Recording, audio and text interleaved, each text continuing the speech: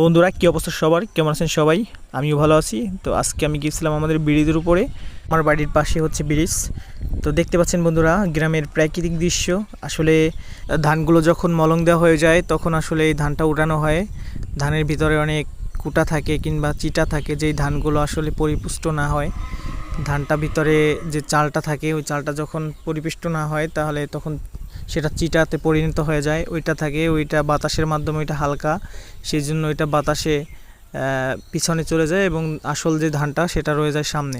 ধানের ভিতরে থাকে আরও অনেক ময়লা।